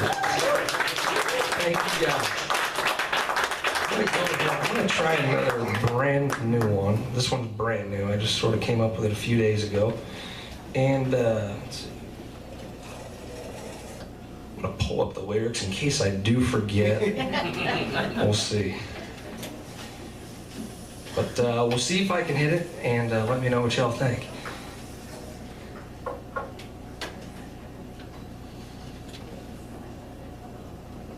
There's no name for it yet. It's a little different. It's more of a short ballad. There's no chorus. Well,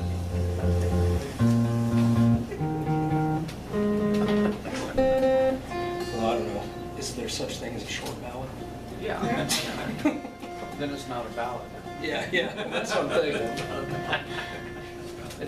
It's a new form. Yeah. New form. I like that. It's just poetry with music to it. That's it. Okay. I'll buy that. I don't know, unless you can think of something to call it. Ballet. Yeah. Ballet. Just leave half the word out. Yeah. Valid dead. Yeah. Balladette. All right, here it goes.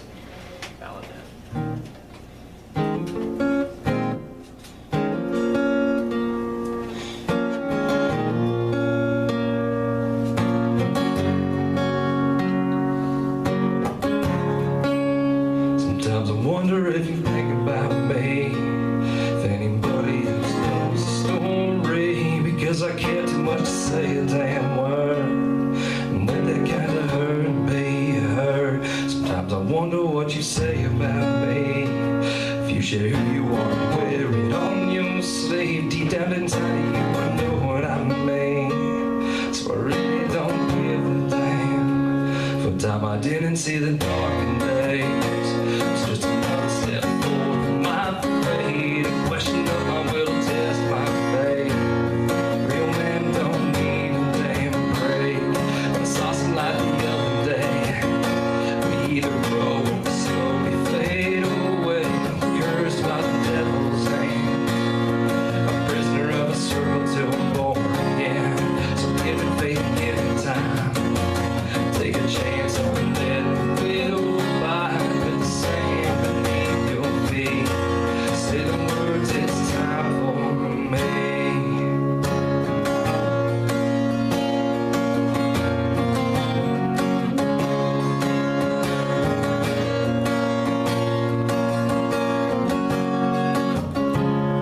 I know sometimes you think about me. I know some because I can't much to say a damn word. Men don't need right hurt. There we go. I need some practice with that one, but something.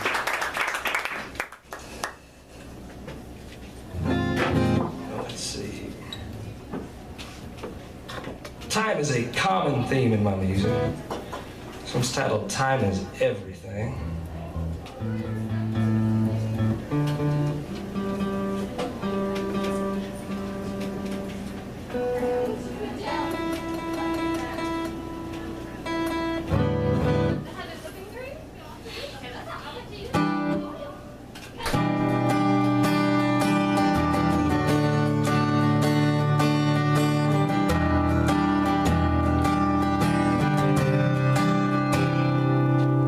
Time might not be everything. One day it'll be gone. What you do with all you had, damn sure stick around. I live more like second hand. Don't know when I'll stop. And I ain't in a hurry, just making everything. All I've got, time is everything. Rolling wheels until they stop. It's one generation gone, so the next can call the shots. So Father, keep me here. Pause the second song clock, so I can take it all in before that euphoric tick goes talk. Time is everything.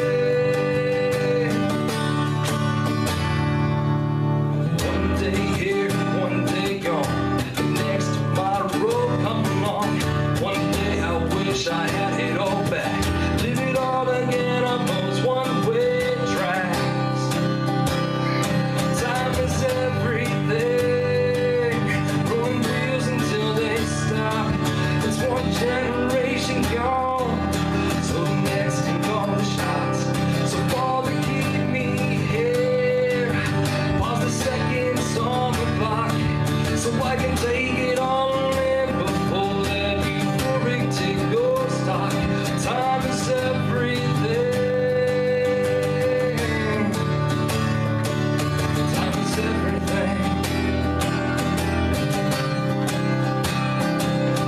One day I'll walk through heaven's gates, see where I've been in every phase. The man I am, my soul's escape. From start to end, who I became. Time is everything.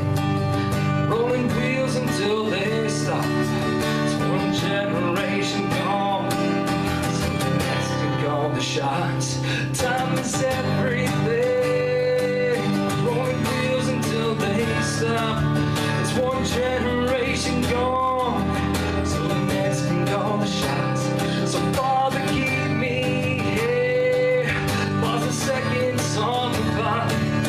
I can take it all in before that euphoric tick goes stop. Time is everything. Time is everything. Time is everything. It's everything. It's everything.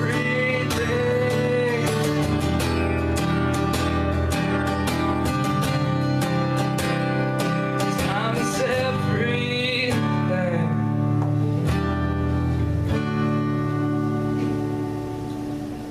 Time is everything.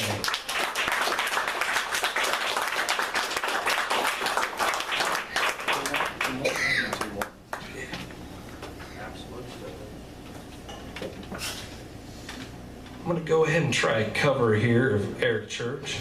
Yes. Sinners Like Me. You've heard this one a couple times. Oh, yeah. In concert. Really?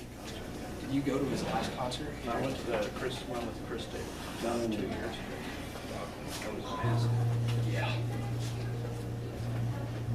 He's great. First state I've seen him separate.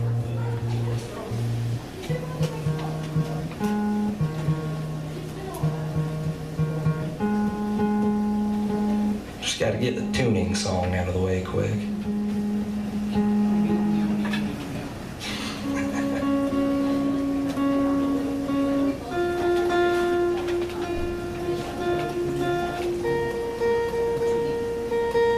All right, here we go. Sinners Like Me.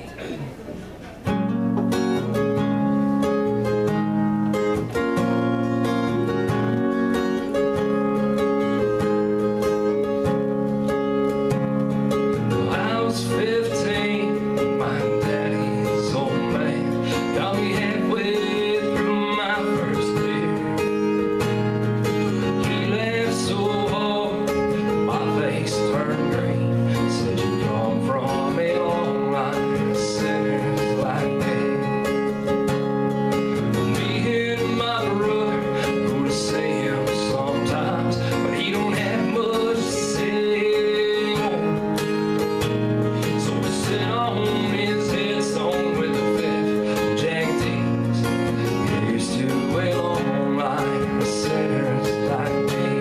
La-dee-da-dee-da, la-dee-da-da-dee-dee. I come from a long line of sinners like me.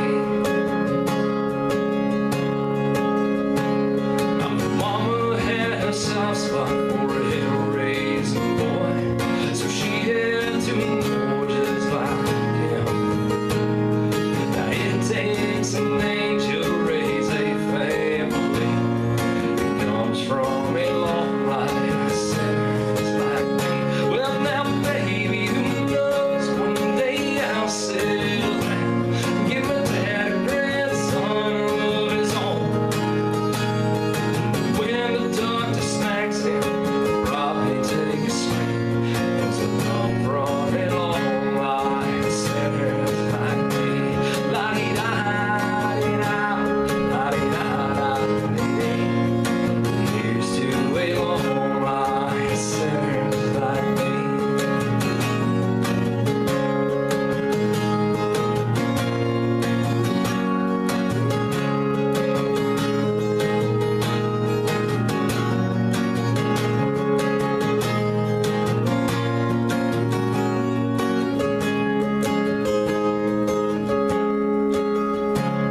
Only till he die, know where I'm gonna go. Me and Jesus got that part worked out. I wait ahead and gaze into his face, I see. And I'll stand in a long line of sinners like me. I'll stand in a long line of sinners like me. La-dee-da-dee-da, la-dee-da-da-dee. I come from a long line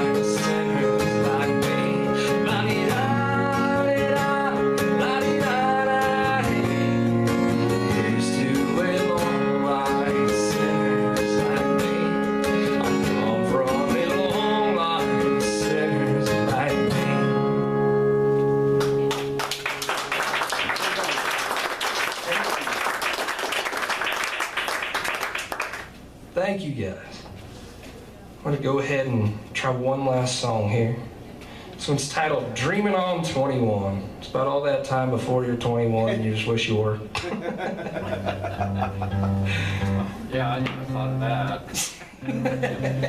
Much. It's been a while ago. Yeah. Yeah. I'm probably the youngest one here, I don't know. 23. So this one was just a short ways ago for me.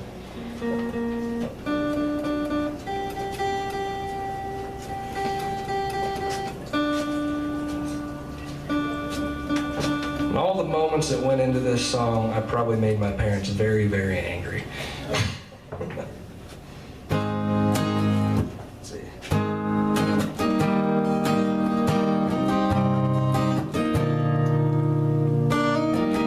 You cruise those fall October drives till the sunset fades out tonight. Put on the gas, taking your girl to a forest till the kiss steals your heart. You look back on the days you won't forget, to the ones that ain't been lived yet. Mix them up like a Jack and Coke on the rocks, get your tips, hits the spot highway. Dreaming on 21, meet them bobcats, blocking the setting sun. Coors cans all night on the railroad tracks, Tito roads on the river till the day came back. Young life's just begun. Forget the law, did anything we want, didn't wait till as kids, we were long past gone. Dreaming on 21.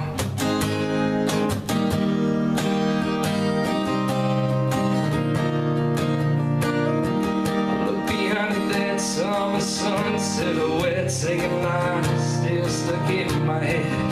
Get me dizzy when I'm sipping on that pie. The songs ring like memories. I don't know why I'm having a tough time with this one. Songs ring like memories in my mind. Dreaming on 21, beat them bobcats, blocking the setting sun. Coors cans all night on the railroad tracks, Tito roads on the river till the day came back. Young life's just begun. Screw the law, did anything we want. We didn't wait till as kids, we were long past gone. Dreaming on 21.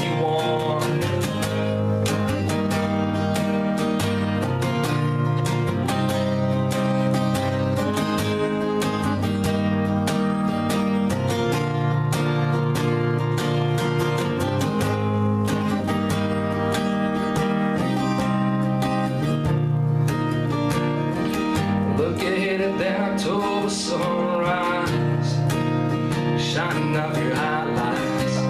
Let it curve down Coral Hill Road, back to the nights when we rode. Dreaming on 21, beat them bobcats, blocking the setting sun. Cruise cans all night on the railroad tracks, Tito roads on the river till the day came back. Young life's just begun. Get the law, did anything we want. We didn't wait as kids, we were long past gone. We were dreaming on 21, beat them bobcats, blocking the setting sun. Coors cans all night on the railroad tracks, Tito roads on the river till the day came back. Young life's just begun. Get the law, did anything we want. Didn't wait till as kids, we were long past gone. Dreaming on 21.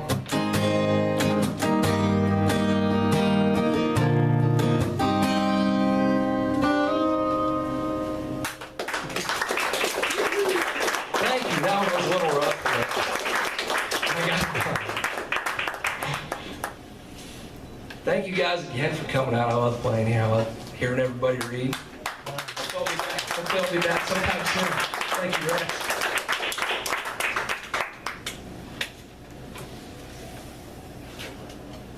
Good to go? Sweet. All right. Thank you. Let's have another hand for Mr. Kloefkorn. I think you can say that he's continuing the tradition that the Kloefkorns brought in with Bill. This place used to resonate with laughter over there from about 12 till 2 on Wednesdays, when Bill and the other retired guys from various departments, they called themselves the disgruntled and the disaffected. They were funny. They were a bunch of great guys, and they brought that into this place. That permeated the walls. It's still seeping out. It kind of infects us with some kind of a virus that I like to catch and keep.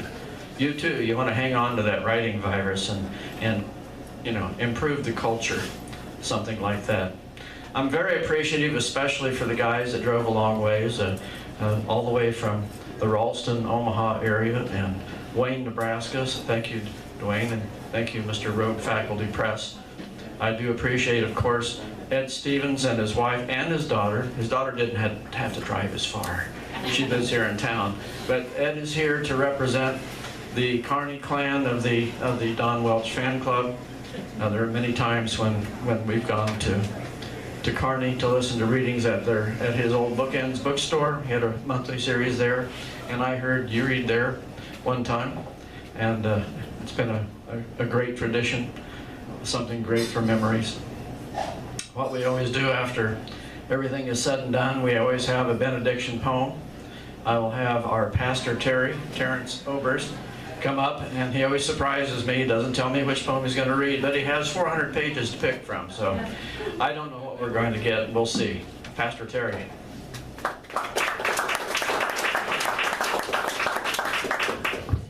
Thank you, Rex. First of all, I'd like to thank Jake for carrying on the artistic tradition of his grandfather so well.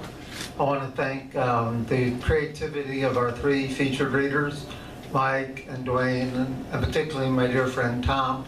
Tom, you're the man, and if you can find a job for me, I'll try to fit it in my schedule. So the poem I'm going to read, the title pretty much shows you why I chose it. It's called On the Road Sunday, March 6, 1977. Supper at Marlowe's Cafe in Watertown, South Dakota. 2 strips of bacon on a hamburger patty, rife with cheese, all welded snug as rivets to an unburned bun. For 2 bits, the jukebox would do its best to keep your mind off your french fries. Oh, drop kick me, Jesus, to the goalposts of life.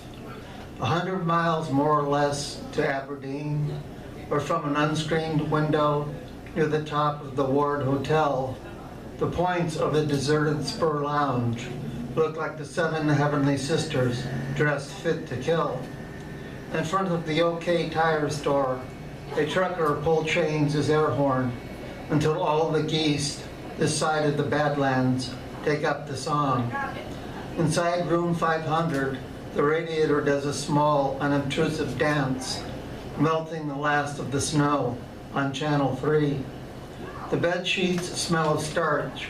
There's nothing any longer left to do or undo. So I think of my family, of my wife, of the 4 children, one by one, of the first grandchild, now 3 to 5 days old, out of the hospital and at home now, and on the edge of sleep. I see her guileless breath usurp the cracks of her white, thin-slatted crib, shaping then its charge to outfox the keyhole. And then beyond the melodic heft of Marlowe's Cafe in Watertown, South Dakota, to the Ward Hotel in Aberdeen, to room 500, to the bed where at the edge of sleep I welcome it to breathe it in, to breathe it out again, and on and on. Oh, Michelle, oh, infant far from everything but home, on our long descent to sleep, we are all of us one family, after all, and all alone. Thank you.